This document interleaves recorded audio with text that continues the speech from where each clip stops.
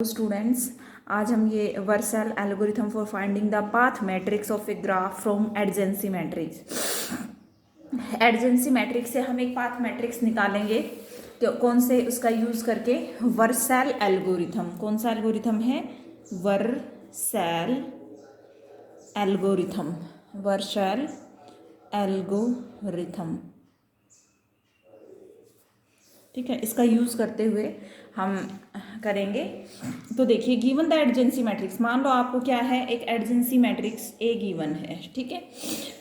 As the following steps procedure be. अब सबसे पहले आप उसको पी नोट, जो भी आपकी ए है वो टेंड करेगी पी नोट को, ठीक है भैया, इंप्लाई करेगी। फिर उसके बाद जो है के वन जो इंप्लाई करेगा वो के को करेगा।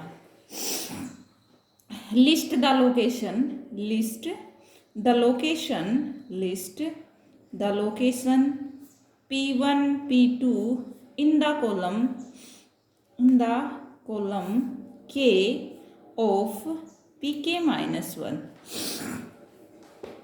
हम जो लोकेशंस हैं वो देखेंगे के कॉलम्स की, किसमें? Pk माइनस 1 में। Where the entry is 1 and the location Q1 Q2 in row k where the entry is 1, यानी कि जो रो है और कॉलम है उसके अंदर Pk माइनस 1 में हम Q1 Q2 and in row के, ठीक है, रो के ही रो और के ही कॉलम में हम Pk माइनस 1 में वो एंट्री देखेंगे जहाँ पे 1 है। Put once in all the position PIQJ of this, और फिर क्या कर देंगे, हम उसको पुट कर देंगे। तो सबसे अच्छी बात क्या है कि आपको कैसे पता लगेगा? तो सबसे पहले हम एक डायग्राम लेते हैं, उसके थ्रू हमें पता लगेगा। देखो, AB C एंड D, ये, ठीक है। एडजेंसी मैट्रिक्स बनाओ इसकी। ए के साथ नहीं है, ए बी के साथ है। फटाफट बनाओ भाई। 1 0 1 0 0 0 0 1 0 0 0 0, ठीक है भाई, ये इसकी एडजेंसी आ जाएगी। एडजेंसी मैट्रिक्स से ही हम क्या निकालेंगे? Path matrix. अब देखो, हमें पी नोट निकालना है, तो पी नोट क्या हो जाएगा आपका? सबसे पहले वर्सल एल्गोरिथम क्या कहता है कि जो आपका ए है ना, उसी को आप पी नोट बना दो। तो पी नोट मेरे पास आ गया 0 1 0 0 1 0 1 0 0 0 0 1 एंड ऑल आर 0, ठीक है, ये आ गया। अब आगे देखिए, उसके बाद हमें P1 फाइंड करना है। P1 सो दैट के क्या हो गया अभी P1 के लिए? K is equal to 1। Pk चल रहे हैं ना, ठीक है। तो K क्या हो गया? P1। तो हमें क्या करनी है? We note that P note has once in location 2, ones in location 2 of column 1 and location 2 of row 1. Thus P1 is just P note as, या with new 1 in position 2 2। देखिए भाई, एक बार इसको समझिए इस चीज़ को। अब ये सबसे पहले कहता है कि पी नोट के अंदर P1 हमें निकालने के लिए किसका यूज़ करना है? पी नोट का यूज़ करना है। तो पी नोट के अंदर हमें क्या देखना है कि ना K इज इक्वल टू 1 है, तो फर्स्ट रो और फर्स्ट कॉलम में 1 एंट्री कहाँ पे है? तो फर्स्ट रो में भी सेकंड पे आपकी 1 एंट्री है और फर्स्ट कॉलम में भी सेकंड पे 1 एंट्री है, ये कहना चाह रहा है। लोकेशन दे रहा है 2 पे, यानी कि सेकंड उस पे, ठीक है। तो इसका मीनिंग क्या है कि जो पोजीशन है ना 2 2, वहाँ पे जो आपकी मैट्रिक्स की पोजीशन रहेगी पी नोट के अंदर 2 2, वहाँ पे क्या आ जाएगा? 1 आ जाएगा, ठीक है। वर्सल ये कहता है। तो P1 क्या आ जाएगा? बाकी सारे एज इट इज आ जाएंगे। 0 1 0 0 0 0 0 0 0, ठीक है, 1 एंड 1 0 0 0, ये आपका सॉरी पी नोट था। अब इसको P1 बनाना, तो इसमें देखो A22 कहाँ पे आएगा? A11 A12 A21 A22, यहाँ पे हमें क्या डालना है? पोजीशन 1, ठीक है। अब नेक्स्ट देखिए, P1 आ गया, हमें क्या करना है? P2 कंप्यूट करना है, यानी कि K क्या आ गया? 2 आ गया। तो हमें क्या करना है? इस P1 के अंदर सेकंड रो में, किसमें? सेकंड रो और सेकंड ही कॉलम के अंदर वंस एंट्री कहाँ पे है, तो देखिए we consult column 2 and row 2 of P1. We note that P1 has ones in the location 1 and 2.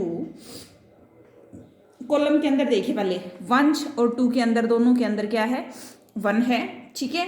और लोकेशन 1 2 3, 1 2 3, इसको आप ऐसे भी बोल सकते हो A21 A22 A23, जो भी बोलना है, ऑफ रो 2। तो P2 है वो जस्ट ऑब्टेंड होगी, इनको आपस में कनेक्ट कर दो भाई।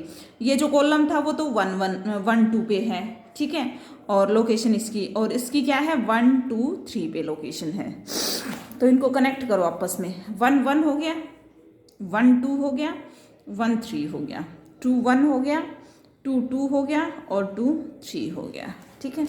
यानी कि ये जो लोकेशन है A11 A12 A13 A21 A22 A23, वहाँ पे आपको क्या डालना है, 1 डालना है, तो P2 ऑब्टेंड हो जाएगा। 1 1 पे 1, A12 पे 1, A13 पे 1, ठीक है, A2 पे 1, 2 1 पे, A22 पे 1, A23 पे, ठीक है, बाकी सेम है। अब हमें ऐसे ही आपका जो प्रोसेस है P3 यानी K इज इक्वल टू 3। अब देखो थर्ड कॉलम और थर्ड ही रो, ठीक है, तो उसके अंदर क्या आएगा, थर्ड कॉलम में तो हमारे पास 1 और 2 पे है, और थर्ड रो में हमारे पास सिर्फ 4 पे है, तो 1 4 और 2 4 न्यू एंट्री आ जाएंगे P3 में, ठीक है। 1 4 और 2 4, इस पर आप क्या डाल दोगे, 1 1, तो कर दो भाई 1 A1 4 1 1 1 1 1 1 1, बाकी सेम है भाई, ठीक है। अब नेक्स्ट हमें K इज इक्वल टू 4 लेना है, तो फोर्थ रो और फोर्थ कॉलम और फोर्थ रो, तो फोर्थ रो में हमारे पास 3 प्लेसेस पे क्या है बिल्कुल है भाई, लेकिन हमारे पास इसमें नहीं है। इसका मतलब है कि हम न्यू पोजीशन जो हमारे पास मान लो है वो आएगी नहीं, क्योंकि इसमें चेंजेस है, वंज नहीं है, ठीक है। तो यानी कि जो हमारा ये जो P3 आया है, यही जो पाथ मैट्रिक्स है वो रहेगी आपकी, ठीक है। P4 is equal to P3 हो जाएगा, तो आगे हमें निकालने की जरूरत नहीं है, तो path matrix can be obtained is this, ठीक है। नेक्स्ट है आपके पास ये क्वेश्चन है, देखो पाथ मैट्रिक्स निकालनी है, find the directed graph which adjacency matrix. Directed graph ये हमने पहले कर लिया, ठीक है। Whether the graph below is strongly connected और नॉट, ये हमने कर चुके, कौन सी वो थ्योरम लगानी है आपको, ठीक है। Draw the digraph with the matrix as adjacency, adjacency matrix क्या करनी है इसमें, अच्छा डायग्राफ बनाना है, ठीक है। उसके बाद है, हाँ भाई आ जाओ, नेक्स्ट जो टॉपिक है वो हमारा ट्री का, ठीक है। ट्री मीन्स पेड़, तो इसी तरह से हमारे पास ग्राफ भी बनेगा। A graph is said to be tree if it is connected and acyclic. सबसे पहली बात तो क्या होगा, ट्री जो होगा वो कनेक्टेड होगा, ठीक है। कभी देखा है पेड़ को अलग अलग, है ना, 2 ब्रांचेज उसकी बिल्कुल अलग हों भाई, शाखाएं उसी से तो कनेक्ट होती है, ठीक है। सबसे पहले तो कनेक्टेड होना चाहिए, फिर उसके बाद एसाइक्लिक। एसाइक्लिक का मीनिंग समझते हो, एसाइक्लिक का मीनिंग होता है कि वो सर्किट फ्री होना चाहिए, ठीक है। तो ट्री के बारे में सिर्फ 2 बातें आपको अच्छे से रिमेंबर होनी चाहिए, कि वो कनेक्टेड होना चाहिए और एसाइक्लिक होना चाहिए।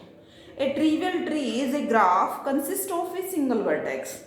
अगर ट्रिवियल ट्री की बात करें तो एक जो सिंगल वर्टेक्स होगा वो ट्रिवियल ट्री हो जाएगा, ठीक है। और इस तरह का ग्राफ देखो, ये जो ग्राफ है ये क्या है, आपका ट्री है।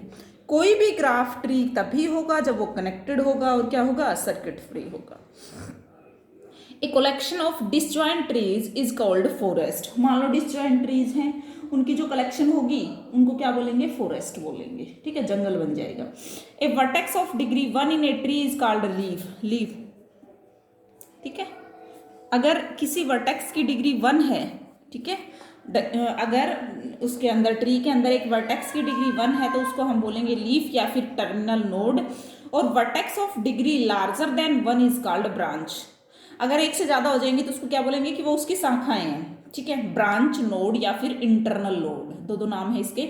तो एग्जाम्पल में देखिए यहाँ पे कि कौन कौन से तो आपके पास नोड हैं। B C D F G I, B C D F G I in the graph are leaves. ठीक है भाई, दिखाई दे रहा है, इन सब की डिग्री 1 है। और जो वर्टिसेस रह गए A E H are the branches, क्योंकि इनकी डिग्री क्या है, 1 मोर देन 1 है। Characterisation of tree, a tree that have more than 1 vertex has at least 1 vertex of degree 1। अब आ जाओ भाई थ्योरम पे। क्या कहता है कि कोई भी ट्री है ना, अगर उसमें एक से ज्यादा वर्टेक्स हैं, हैज मोर देन 1 वर्टेक्स, अगर एक से ज्यादा वर्टेक्स है तो उसके पास कम से कम एक वर्टेक्स ऐसा होगा जिसकी डिग्री 1 होगी। ठीक है भाई, अब मैंने प्रूफ के लिए ना टी कोई भी ट्री मान लिया, T be any tree having more than 1 vertex, क्या है उसके पास, एक से ज्यादा क्या है, वर्टेक्स है। ठीक है, चूज ए वर्टेक्स वी, मैंने कोई भी वर्टेक्स ले लिया, vertex v of T connected है, हैज एटलीस्ट 2 वर्टिसेस। हाँ भाई, एक वर्टेक्स तो वी हो गया और उसके पास एक से ज्यादा वर्टेक्स हैं, तो कनेक्टेड है तो कम से कम 2 वर्टिसेस तो मान ही लेते हैं। V is not isolated and there is an edge e incident on v. ठीक है, अब मान लो वी कहीं पे भी आपका एबल्ड हो रहा है, तो यहाँ पे मैं यहाँ से स्टार्ट होगी कोई एज आपकी, उसको नाम दिया ई। ठीक है, तो डिग्री ऑफ वी कितना काउंट होगा, 1 ही होगा। ठीक है, अगर if we have nothing to prove, अगर ऐसा होता है, मान लो सीधा सीधा यही इमेज बनती है भाई ऐसे, तो हमें प्रूव करने की जरूरत नहीं है। अगर ऐसा नहीं होता तो फिर हमें क्या करना है, मान लो आपके पास इस तरह से जा रही है भाई, है ना, तो degree of v greater than 1 है, there is an edge e dash incident on v such that, कि आपके पास एक और, जैसे मान लो ये ई डैश होगी, ये ई होगी, कि भाई ई डैश भी होगी, such that both are not equal. ठीक है, if let v dash be the vertex at the other of, अब मैं कह रही हूँ कि यहाँ पे आ जाओ आप, इसको वी डैश ना, चलो इसकी तो डिग्री 1 नहीं है, कोई बात नहीं, लेकिन मैंने इसको यहाँ से कनेक्ट किया तो ये इसको वर्टेक्स नाम दे दिया वी डैश। अब इस वर्टेक्स की वी डैश की डिग्री क्या हो गई, 1, नथिंग टू प्रूव। अगर फिर ऐसा ही होता है कि इसकी ग्रेटर देन 1 है तो कम से कम 2 आपको इंसिडेंट ऑन एजेस मिलेंगी। ठीक है, ऐसे ही चलते जाएंगे। तो हमें कंक्लूजन के तौर पर क्या मिला, repetition of the process, number of vertices of tree is finite and T is circuit free, the process must terminate, we shall arrive at vertex of degree 1। ये तो है नहीं कि हम उसको क्लोज कर देंगे, क्लोज तो कर नहीं सकते क्योंकि सर्किट नहीं बना सकते। ठीक है, तो आप अगर ऐसे चलते जाओगे, मान लो इसकी 1 हो गई, अगर नहीं होती है तो फिर आप बोलोगे कि इसके पास एक और क्या है, एज है। इसी तरह से इसकी 1 नहीं हुई तो ये आपको वर्टेक्स मिल गया, इसकी 1 डिग्री होगी तो आप प्रूव कर सकते हो। ठीक है, नेक्स्ट जो लेमास हैं वो हम कल प्रूव करेंगे इसके। ठीक है, और अब हमारा ट्री का टॉपिक स्टार्ट हो गया है, तो ग्राफ में ज़्यादातर हमें चीज़ें क्या मिलेंगी, अब ट्री के ऊपर मिलेंगी। ठीक है, और अब हमारा ऑलमोस्ट मतलब 3rd यूनिट भी कंप्लीट होने को ही लगा लो, इतनी ज़्यादा बड़ी नहीं है। ठीक है, थैंक यू सो मच।